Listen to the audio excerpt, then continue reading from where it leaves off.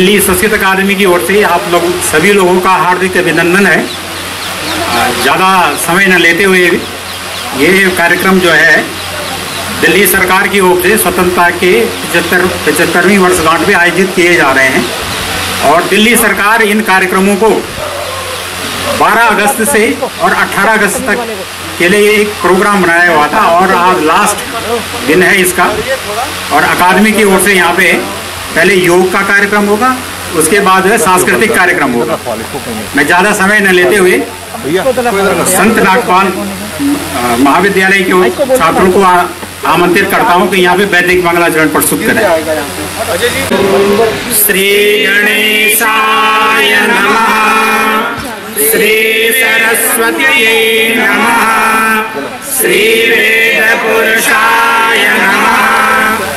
ओम गणनाथ सरस्वती रविशुक्र बृहस्पति पंचैतां संस्मरन् नित्यं वेदवाणीं प्रवर्तयेत्।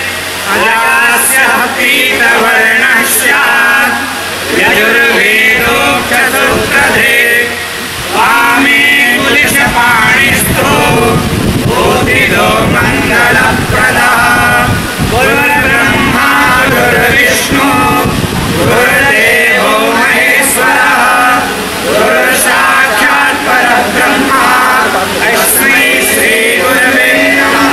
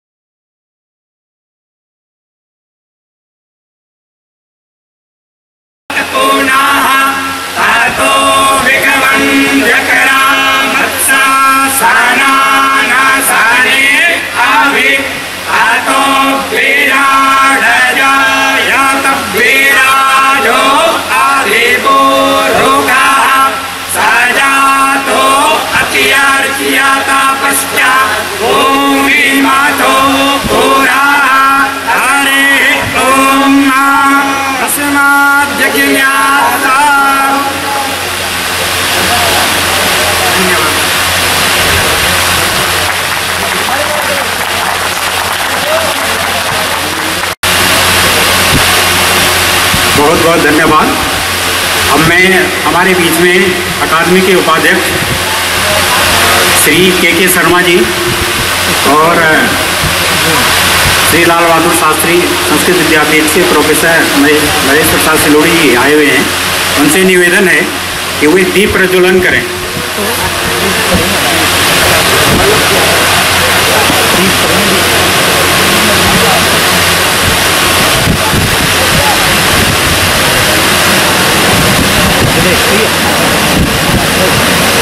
मेरा अनुरोध है वो दीप प्रज्वलन के लिए आ जाए।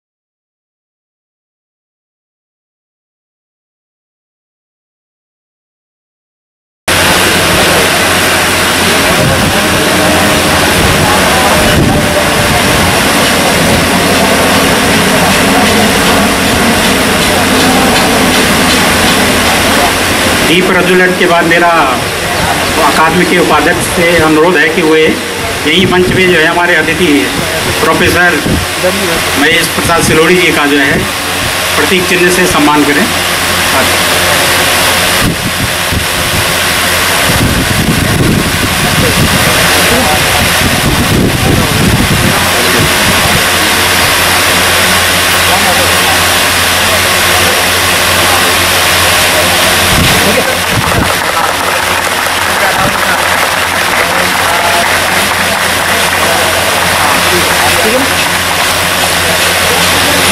इसके पश्चात आज का योग का जो कार्यक्रम यहाँ पे करवाएंगे डॉक्टर रमेश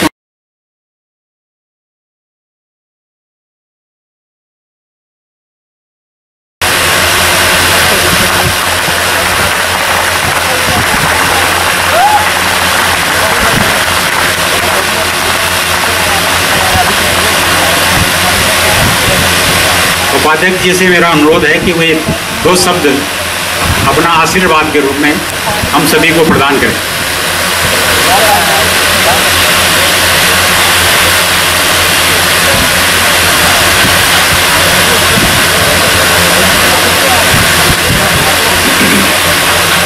ओम गुरुर्ब्रह्मा गुरुर्विष्णु गुरुर्साक्षात् परब्रह्म तस्मै श्री गुरुवे नमः। परम आदरणीय मातृशक्ति उपस्थित विद्वत वृंद, सर्वप्रथम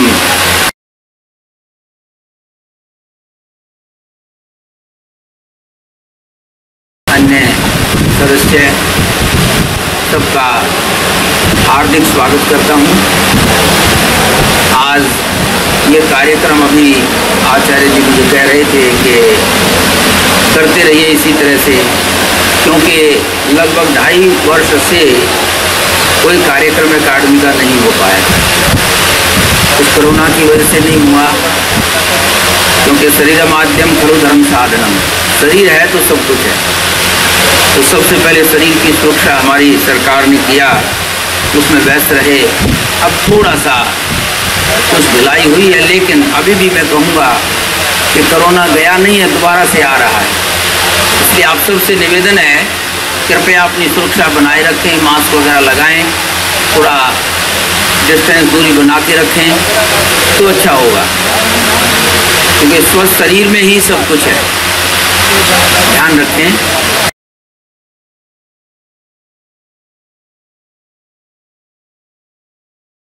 जब भी मेरी कभी माननीय हमारे मुख्यमंत्री जी अरविंद केजरीवाल जी से या उप मुख्यमंत्री श्री मनीष सिसोदिया जी से वार्ता होती है तो एक ही शब्द कहते हैं, शर्मा जी क्या कर रहे हैं और क्या उत्थान के लिए क्या कर रहे हैं, संस्कृत उत्थान के लिए क्या कर रहे हैं। और हम उसमें और प्रोत्साहित हो जाते हैं और उत्साहित होकर के लग जाते हैं। उसी के मद्देनज़र रखते हुए हमने ये सप्ताह मनाया है और साथ में अभी हमारा 75वां जो है स्वतंत्रता दिवस, जो कि अमृत महोत्सव के नाम से मनाया, उसके अंतर्गत ये रखा। संस्कृत क्योंकि हमारी संस्कृति है, यदि हमारी संस्कृति रहेगी तो हम हैं। इसमें कितना गहन विषय है ये, कितने ग्रंथों में हमारे ऋषि महर्षियों ने कितनी तपस्या करके हमारे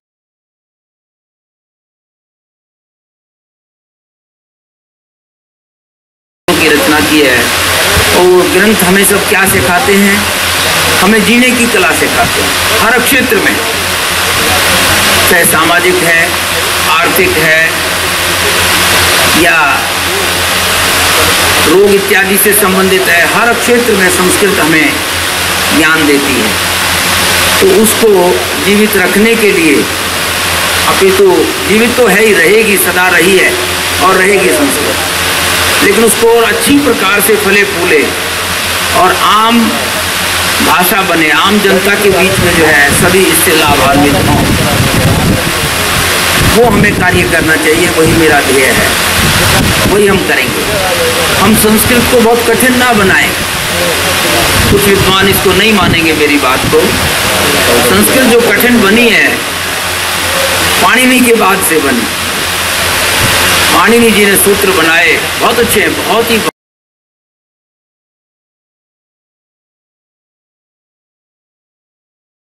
अब हमने उसको आम जनता तक ले जाना है, आम सभी लोग जो है उसको समझें, अपनी बोलचाल की भाषा बनाएं। भले ही पूरा संस्कृत में ना बोलें, संस्कृत निष्ठ हो। किसी भी भाषा का विकास कब होता है? जबकि हम जो है दूसरी भाषा का सहारा ले लेते हैं। कोई भी लता है, वो भी वृक्ष का सहारा लेती है तो ऊपर चढ़ जाती है। अगर वृक्ष का सहारा नहीं लेगी तो नीचे फैलेगी और जल्दी गल जाएगी, सड़ जाएगी। इसी प्रकार से हम जो है संस्कृत को और भाषाओं का भी सहारा लेकर, हालांकि संस्कृत और भाषाओं की जननी है।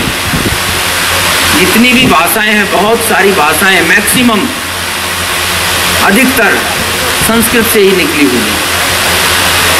तो लेकिन फिर भी हम इसको बहुत कठिन ना बना के सरलता से लें तो उससे इसका और अधिक विकास होगा। वहाँ हमने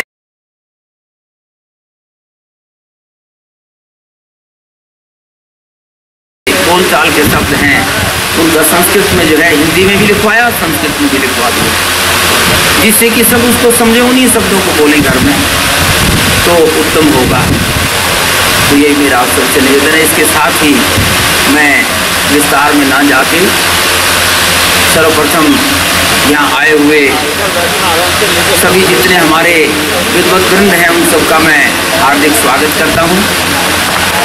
इसके साथ साथ आज जो भी इसमें कार्यक्रम में भाग ले रहे हैं, अभी योग का कार्यक्रम होगा, कितना आनंद होता है। योग शब्द सुनते ही आनंद हो जाता है। योग माने जोड़ना, युग धातु है जोड़ना, एक दूसरे से जुड़ जाना। लेकिन योग का सही शब्द क्या है? युक्त आहार विहार से, युक्त चेष्ट से, कर्म से, युक्त स्वप्नावबोध से योगो भवति दुःखः। और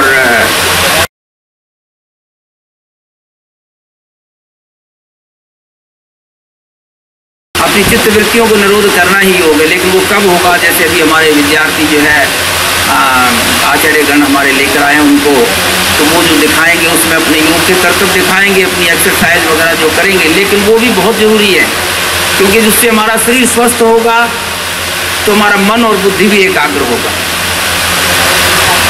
शरीर स्वस्थ होने से ही जो है वो हमारा जो है चित्त की वृत्ति जो है एकाग्र हो जाएगी। अगर शरीर स्वस्थ नहीं है, कहीं दर्द है, परेशानियां हैं, पीड़ाएं हैं, रोग व्याधि हैं, तो हम जो है एकाग्र मन नहीं हो सकते, एकाग्र चित्त नहीं हो सकते। चित्त की वृत्तियाँ उसी में जाएंगी। तो उसके साथ साथ हम इसको समझे। मैं उन सभी का स्वागत करता हूँ जो भी इसमें भाग लेने वाले सभी हमारे जो करता हैं। उसके साथ साथ जो हमारे अधिकारीगण और जो हमारे अन्य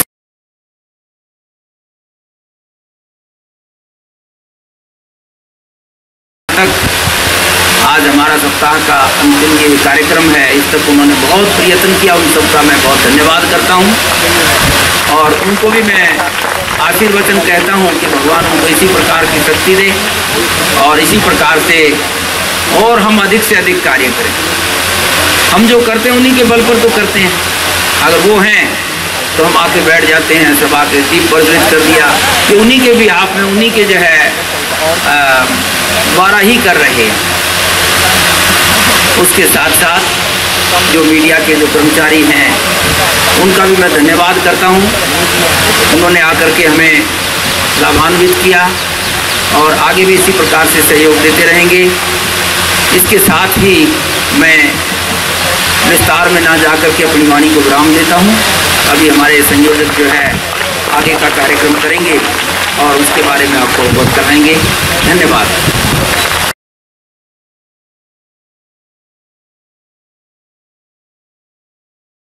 बहुत आपका।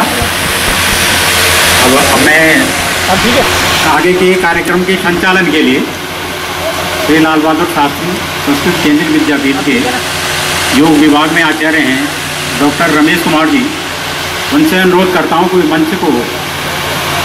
मंच पे आए और अपना योग का कार्यक्रम प्रारंभ करें। श्री रमेश जी।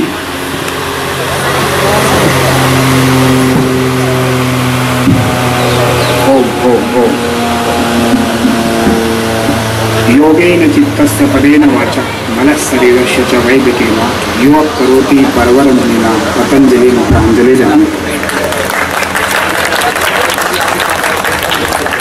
कार्यक्रम को प्रारंभ करो उससे पहले मैं मंचस्थ विद्वत मंडल के शर्मा जी, उपाध्यक्ष दिल्ली संस्कृत अकेडमी, प्रोफेसर महेश प्रसाद सिलोर जी, योग विभागाध्यक्ष श्री लाल बहादुर शास्त्री राष्ट्रीय संस्कृत विश्वविद्यालय,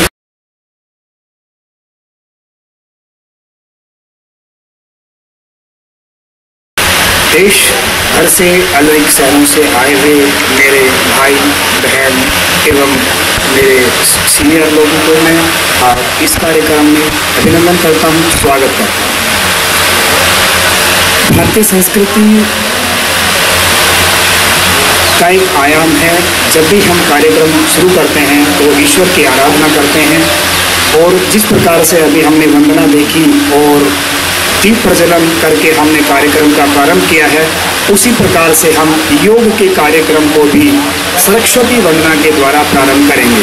उसके लिए मैं अपने छात्र छवि तिवारी को आमंत्रित करूंगा कि वो आए और सरस्वती वंदना के द्वारा कार्यक्रम का प्रारंभ करें।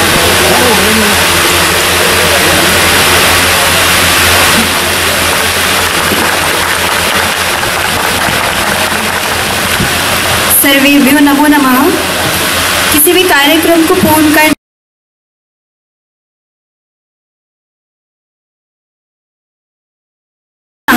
शांतिपूर्वक कार्य को देखेंगे और सरस्वती वंदना के लिए हाथ जोड़ेंगे।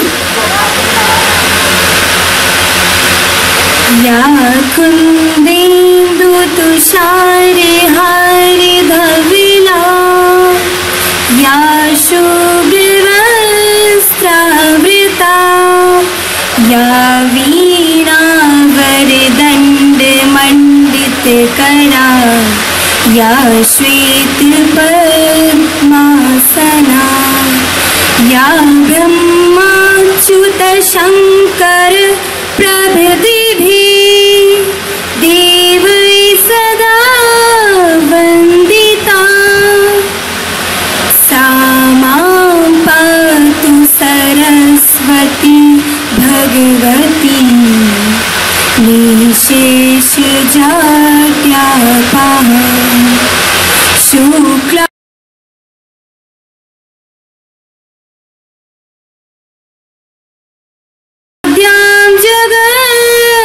जगद्व्यापिनी वीणा पुस्तकधारिणी अभयदा जाड्यान्धकारापहा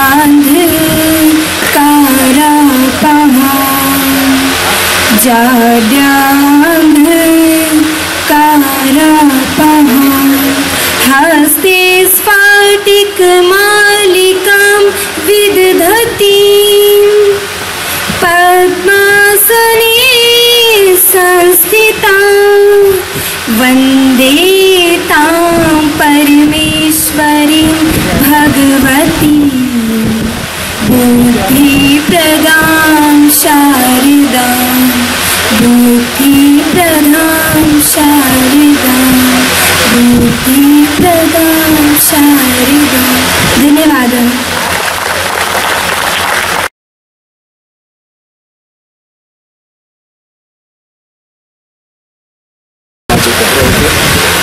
कि ज्ञान के माध्यम से और योग ज्ञान के माध्यम से ही हम अपने आप को सफल बना सकते हैं। तो सरस्वती माँ से भी बुद्धि की कामना। अगले कार्यक्रम मोहित को बुलाना चाहूँगा जो गणेश वंदना करेंगे। मोहित। सर्वेभ्यो नमो नमः। जैसा कि आप सभी जानते हैं कि किसी भी पूजा करने से पहले सबसे प्रथम गणेश जी को माना जाता है, तो मैं पहले गणेश जी का ध्यान करूँगा, फिर मैं गणेश पंचरत्न स्तोत्र बोलूँगा। मम नाम मोहितः, अहम शास्त्री तृतीय कक्षायां पठामि, अहम गणेश वंदना च गणेश पंचरत्न स्तोत्रं श्रावयामि। एवं स्थूलतनुं गजेन्द्रवदनं लम्बोदरं सुन्दरम्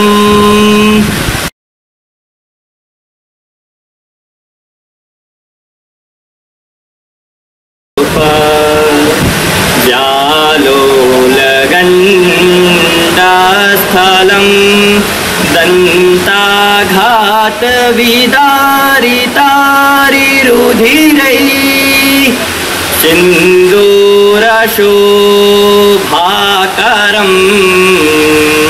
वन्दे शैलसुताशुतं गणपतिम् बुद्धिप्रदां कामदां बुद्धिप्रदां कामदां जरो जरो जगाविदं वदन्ति पञ्चचामरं मुदाकरादमोदकं विलासिलोकरञ्जकम् अनायके कनायकं विनाशिते वदित्यकं नताशुभाशुनाशकं नमामि तं विनायक न तेतराति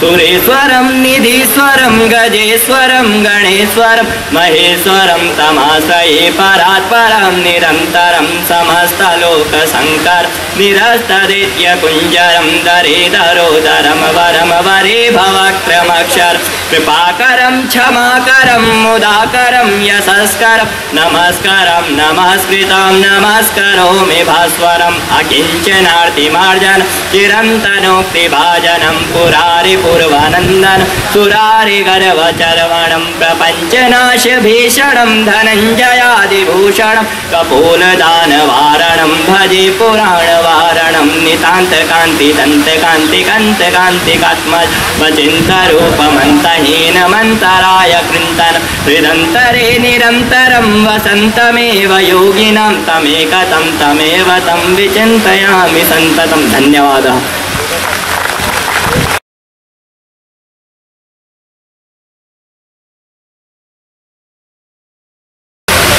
योग में अनेक प्रकार के आसनों, क्रियाओं और ध्यान की पद्धतियों का वर्णन है। हम अनेक प्रकार के योगासनों का आपके सामने प्रदर्शन करेंगे। आपसे प्रार्थना करते हैं कि आप उन आसनों का प्रदर्शन देखने के बाद घर पे करने का प्रयास न करें। किसी अच्छे योग दर्शन, योग शिक्षक, योग आचार्य के मार्गदर्शन में योग का अभ्यास करें ताकि आपको कोई नुकसान न हो। इस क्रम में योग अभ्यास के क्रम में मैं भावना को बुलाना चाहता हूँ। भावना भावना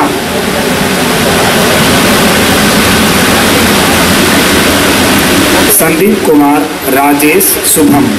योग के अभ्यास क्रम में संदीप कुमार, राजेश, शुभम योग का अभ्यास आपके सामने।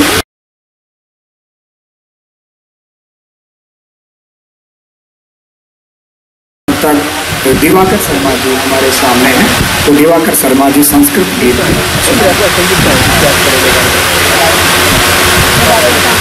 सर्वेषां कृते नमो नमः। सभी विद्वज्जनों को मेरा प्रणाम।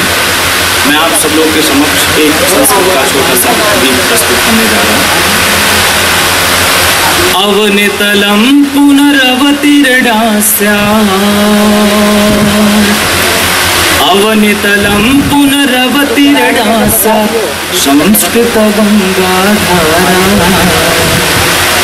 धीर भगीरथ वंशोष्माकं धीर भगीरथ वंशोष्माकं वयं तु कृतनिर्धारा वयं तु कृतनिर्धारा ग्रामं ग्रामं गच्छामः संस्कृत शिक्षां यक्षामः सर्वे